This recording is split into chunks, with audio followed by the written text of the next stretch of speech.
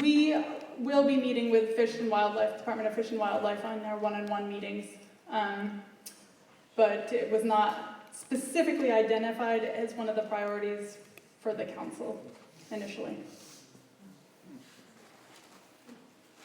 Ashley, can you say who the identified parties are? Yes, I absolutely can. I hope I can rattle them all off. Colville Tribe, Yakima Tribe, Okanagan County, Town of Twist, Town of Winthrop.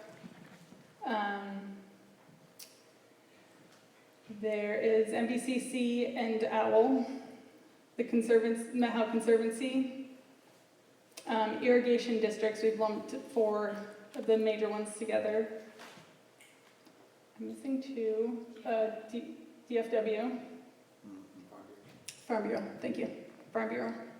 Thank you. All right. And now Travis. Hi, thanks. Yeah, I'm Travis Thornton, and just to elaborate on that, as you heard in the list of stakeholders that we're talking with, MVCCC and Okanagan Wilderness League are stakeholders we're specifically meeting with as advocates for natural resources.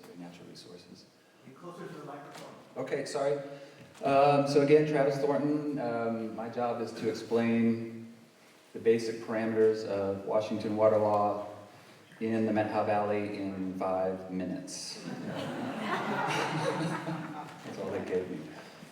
So the idea is we're going to go kind of macro to micro real quick, and if you have any questions afterward, feel free to come talk to me. I'll be at one of these stations afterwards. But effectively, water law, or water policy, water law, and land use intersect. And we're talking about the use of land in the valley, but what we as the council are focused on is the water piece of that. We're not the comp plan. We're not land use people, and that's not our job. Our job is to, as Ashley pointed out, is to look at what we should be doing with respect to water law and policy as it pertains to the uses and desired uses of land going forward in the valley. So, but it's true that water law has a strong impact on how land is able to be used, which may or may not conform to what the comp plan, zoning codes, etc., would allow or encourage. So starting at the top, all the water in the state belongs to the people of the state, and it's administered by the Department of Ecology, and anybody who wants to put water to use, to a new use, or to change the use of the water requires permission, effectively, from Department of Ecology. And that permission comes typically in the form of a permit, although certain uses are exempted from permitting. The permit exempt uses you're familiar with are single or group domestic wells, industrial uses, irrigation of non-commercial lawn and garden, and stock water. Now, just because you don't need to go get a permit to use water for that does not mean it's exempt from permitting. It's not exempt from administration. Those uses are still subject to administration in the prior appropriation system. Backing up a minute, I suppose you all know this, but first in time, first in right. Western water law is governed by prior appropriation. Any new use of water cannot injure senior prior vested water rights. And water rights are supposed to be put to the highest and best use, maximum beneficial use, and so that is tested in any new use of water as well. So you can go and drill a new well and not get a permit for it for any of the exempt uses, but you may not be able to legally use the water for that use because it may not happen in priority. Next slide, please. So when we talk about the in-stream flow rule in the Methow, that rule is bigger than just in-stream flows. What that rule did in 1976 is say, okay, as of today, we believe, we say there's this amount of water in the river. And it's quantified by specific amounts by reach in the river, the seven different reaches. And as of 1976, we're going to say any new use of that water that remains available for appropriation is prioritized. Priority 1, single domestic and stock watering. Priority 2, in-stream flow. Priority 3, everything else, right? And for priority 1, they set a reserve of 2 CFS per reach in 7 specific reaches of the Met Howe, and there'll be a map on the next slide. Total of 14 CFS. That water is subject, theoretically, to vested senior water rights, irrigation, municipal, but it's not subject to curtailment by the in-stream flow. Every other new use of water, whether it's under an exempt water permit or a permit exempt well or other permitted use, is subject to the in-stream flow if it is junior to the 1976 priority. Got it? Clear? And this is just a slide of the 7 reaches. Each of those is bounded by red, and each of those has 2 CFS available for appropriation as of 1976 for single domestic and stock water uses without curtailment by the in-stream flow. So where we are today is if you want to put water to a new use, the only water that is uninterruptible, which means not subject to curtailment by the in-stream flow, is single domestic and stock water. Again, where this kind of intersects with land use is that what single domestic has been interpreted to mean is one house, one well on a parcel. It doesn't mean a new house in town. Right. It doesn't mean, let's say that the land use, the comp plan says, well, we'd like to have dispersed commercial agriculture and farm stands in the valley, or nightly rentals, or event facilities outside the towns. Not included, right? You could not put that new use to water and have it be non-interruptible. Take a quick step back. What interruptible means is that if the in-stream flow is not being met, you can get a call. It's your obligation actually to call ecology and determine whether the in-stream flow is not being met. And if it's not, you cannot be using that water. That water must be interrupted. In many places around the state and around the West, in-stream flows typically are not, well, they are satisfied in the winter, but in the Met Howe, our situation is we do not satisfy our in-stream flows in the winter. So what that means is if you want to put an exempt well to a commercial purpose in the winter, you can't do it without offsetting that with mitigation water.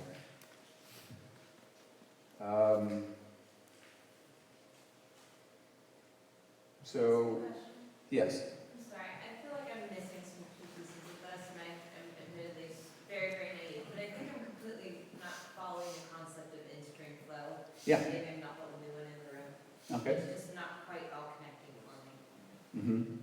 So the in-stream flow is a certain level in the river, and in the in-stream flow rule, it's an amount that's set month by month, higher in the summer and spring, lower in the winter, that's based on the needs of the aquatic species in the river, what they need to survive. And so there is a specific amount of water that's required to be in the river every month by that rule. And so if you, as somebody coming behind that 1976 priority, want to use water, and the river doesn't have that much water in it at that time, you can't take it because the in-stream flow is not being satisfied. If I understand it, there are water rights that are senior to the in-stream flow? Absolutely, 1976. So it's basically what's left after those more senior water rights are met. Excuse me? It's what's left in the river after those more senior water rights or withdrawals are met. Yeah, that's absolutely right. And so 1976 is relatively a very junior water right when you're talking about agricultural uses in the valley and certain other municipal uses in the valley that have been around for much longer than that. But at the time the in-stream flow rule was created, they looked at all of the then existing uses, and they said that tallies up to this amount of water, X. There's currently Y amount of water above that flowing in the river, available for uses going forward, and this is how we're going to allocate that use as of 1976. So, Alex, again, what's the relationship between the two CFS and the in-stream flow? so as of that date in 1976, when this rule was implemented, of that amount of water per reach, the rule said was available for future appropriation. The rule set priorities for how that could be used. First priority, single domestic and stock watering. Second priority, the in-stream flow. Third priority, everything else. So in-stream flow is lower in priority than the two CFS. That's correct. Okay. And that is why the county can still continue to issue building permits for single-family homes, one house, one parcel, because that water is not interruptible, up to the 2 CFS. Once the 2 CFS is gone, it's gone. Per reach. Right, per reach. Okay. Hi, Jane. So, who are the people who are at number 1, above the 2 CFS? Could you Sing- repeat the question? Jane asked, what uses are above the 2 CFS? Senior vested water rights? Yeah, but like who? Or, I mean, like the irrigation ditches, or? Sure. Okay, Pretty much all the irrigation ditches. okay. Senior individual irrigation appropriators, the municipal rights, Any um, single-family domestic well that was drilled prior to 76? any single domestic pre-76 well, absolutely. And there's a lot more to this. It gets, as you can see, we get more and more detailed as we go down. But the basic point is this. That 1976 rule made a policy decision. It made a decision that said, first single family, then in-stream flow, third everything else. The land use planning, the comp plan might say, well, we would rather place a priority on growth in the towns. We might place a priority on different types of uses in the county beyond just single family. We would like to see a more modern allocation of how the land uses occur, but the water law might curtail that. So what we're looking at now is, would the valley like to see something more flexible or not? One of the charges the council was put to was to revise the in-stream flow rule. Should we? Shouldn't we? I don't know. That's what we're asking you, by asking you your prioritization of how you would like to see water use and land use in the valley going forward. Well, I can take one more question, and then questions can be asked during the... Yeah, absolutely. The 2 cubic feet per second per reach for single-family homes and stock watering, we have no way to measure that. We have no clue how much is actually being used for those Well, purposes. we've done a lot of engineering work, and they've come out with a number based on good data, the best data that we have so far, that is 700? Yeah, 720, I think. now. 720 gallons per day is presumed to be what is used by a house, and so every new house is, that much water is docked against the reserve going forward.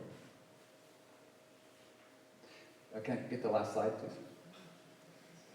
Oh, okay, yeah, now I'll hand it over to Lisa, but what we're heading to here is to look at what the rule has wrought, and that is effectively, in part demonstrated by the number of single domestic wells that have been drilled in the valley over time. But, yeah.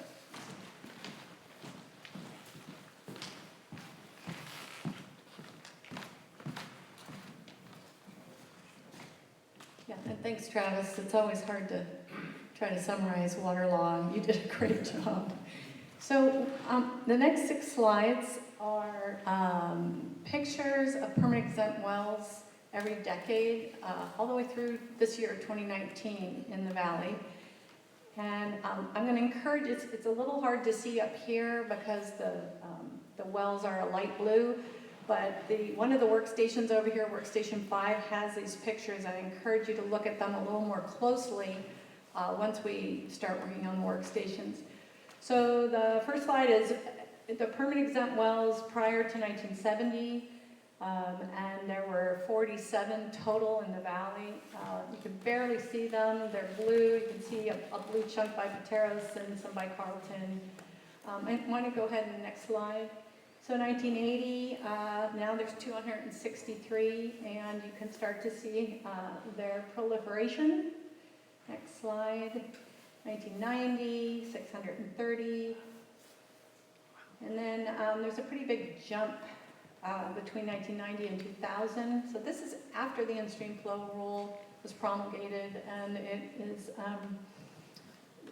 these are tapping the 2 CFS reserve. And then continuing on, 2010, we're at almost 3,000 wells.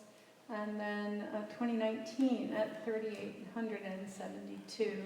And I want to thank the Methow Watershed Council. They had a GIS person use the ecology database in order to put this data on a map. So, in the next slide, please. So then this is just a chart of the number of wells installed each decade from 1910, which is at the left-hand side of the chart, to 2010 at the right-hand side of the chart. And actually that's 2010 is actually 2010 to present, so it's the decade following that. So just a sense of what's going on there. And also, really one of the reasons that you're here today, because the council is looking at how water policy might be changed or not changed, and this is some of the impacts that change would occur. These things would change. So go ahead, next slide. So just a reminder that the Watershed Council is really facilitating Water 2066, not driving it. And one of the reasons they want to have the community here today is any future work they do, they want to have grounded in a community vision and really just have that community support behind them. They're aware of the water supply issues and the limitations in the valley. They really want to address them, but they definitely want to understand the community's take first. And we're also having community meetings prior to the interested party meetings, so we have a sense of what the community would like to see. Then the council also would like to ensure that any approach to water policy change is aligned with what the community communicates to us tonight and tomorrow night. So I encourage you to be thoughtful in the way you answer questions at these stations. And that's really it. We want you to be thinking about what you want this valley to look like in 2066. And I know when I went through and looked at the questions after we had everything set up, that it's so easy to fall back into a pattern of what you don't like about today, but and what your issues are today. But what I'd really like you to do is also think forward here. And if you had a clean slate and you could do anything you wanted, answer your questions based on what you'd like to see be occurring in 2066. And I'm also hopeful that we have some younger people in the room who will also share in their vision of 2066. They'll be here. Okay, next slide. So how we have it set up today is we have 7 workstations designed to get your input. One workstation is at the very back of the room, and it's number 7. It's the last one. Sarah Lane's back there staffing it. And that's really, if you have more questions when you're done, which I'm guessing you might, or you want to get more involved, or you want someone's contact information, that's the place to get it. So just know that before you walk out the door, you can get the information you need, or you can get a contact or leave your information and get your information that way. And then we have 6 other workstations, and they're going to be staffed by several people from the Watershed Council, and also 4 staff that have come from Washington Water Trust, which I'll introduce in a moment, and myself. And I'll just briefly tell you what to expect. They're numbered, but you don't have to go in order, because if you do, you're all going to be hung up at number 1. So number one is vision for the future, where you can get creative, you can draw on the maps here, you can write down things you're hoping to see in 2066. It's kind of visionary. Number two talks about the priorities you'd like to see. Travis talked a little bit about the fact with the priority right now that the single-family domestic in unincorporated areas is a priority within the 2 CFS reservation. Then flows are priority, and then all of the other uses that are interruptible if their water right was permitted post 1976. So we'll be talking about priorities there. The number 3 station talks about needs, and really we want to understand what your needs are. I mean, when you look around, do you have a need that's not being met with respect to water, and if so, what is that? The 4th station talks about water right transfers and asks a couple questions about that. The 5th station is regarding land use, and a number of the things that Travis talked about are touched upon there. That is a sit-down station with a page-long survey, so we ask that you spend a little time there, and we will have people staffing it to answer your questions if you have them. And then the 6th station is addresses water storage, and I see a lot of people have already filled that one out. So we're trying to hit upon a number of the aspects of water policy that we'll be addressing in the future.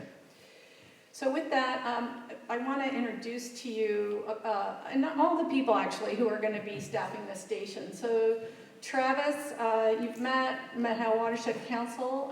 Thank you for being here. He'll be staffing Station 2, but I have a feeling we'll all be asking him questions throughout the evening.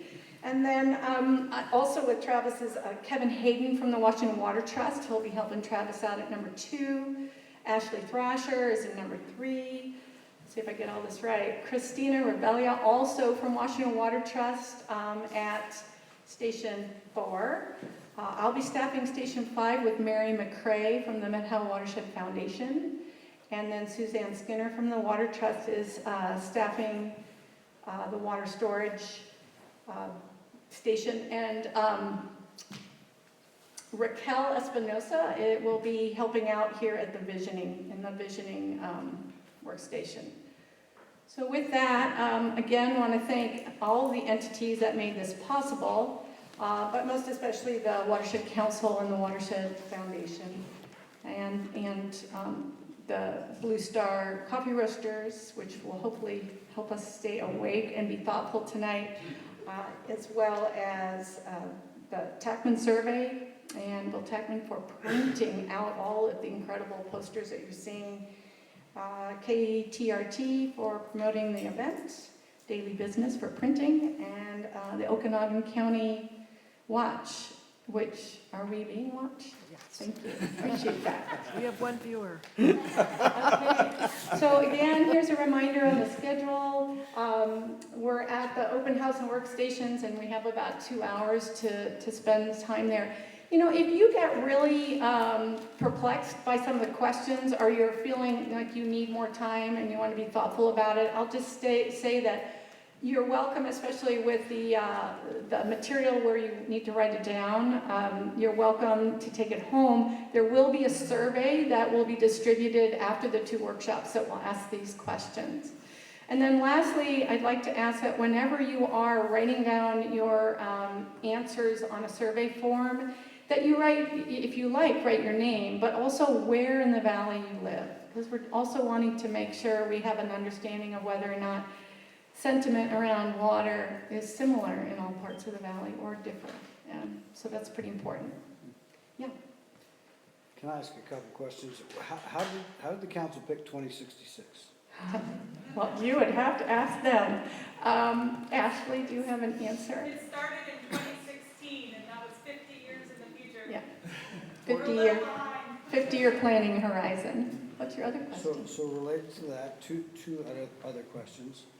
How does the council anticipate water volume or water amount changing from now till 50 years from now? Well, that's a great question. And Travis was just bringing up climate and how that may change the flows in the river. So this is a council question, and by the way, I'm with Dally Environmental and I'm contracted to the council, so I'm not going to speak for them. How does the council envision water changing between now and 26? The amount of available water. Yeah, so the amount of available water, I guess that's in stream and out of stream. I will speak on behalf of myself, not necessarily the entire council.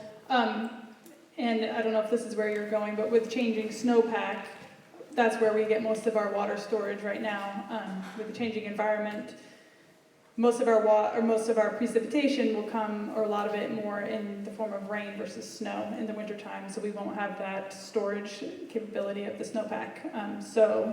That'll change our hydrograph, where we have potentially more water in the river in the wintertime and less in the spring than we are used to, and less in the summertime. That's the projections, and again, that's my opinion.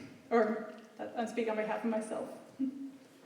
Randy? In the last slide, she showed that the exempt uses had gone up over 3,000. I assume those exempt uses are wells for homes. Yes, those are permit exempt wells. Yep. Who, if anyone, monitors how much water those people take out of the wells? Is there any groundwater management? Is there any water in groundwater? So like Travis said, the number that we use based on good hard data is 710 gallons per house per day, and that's what's debited against the 2 CFS. So nobody's currently metering houses, although the Watershed Council, I will put a plug in, is doing a voluntary metering project to try and ground truth that 710 gallons per day use. Does anybody measure groundwater basins to see if the basins are clogging? Not to my knowledge. But I'll answer this question, if there's some questions still out in the group, we want to make sure we answer them, but we also want to give time for these workshops, and you will be able to ask questions throughout the workshop. So, did you have a question here? You have a number for how much you're applying to individual houses per day. What is the number that's being applied for how much goes back in? Because water, of course, doesn't disappear when it comes in fact, I don't know where any of it goes. Sure.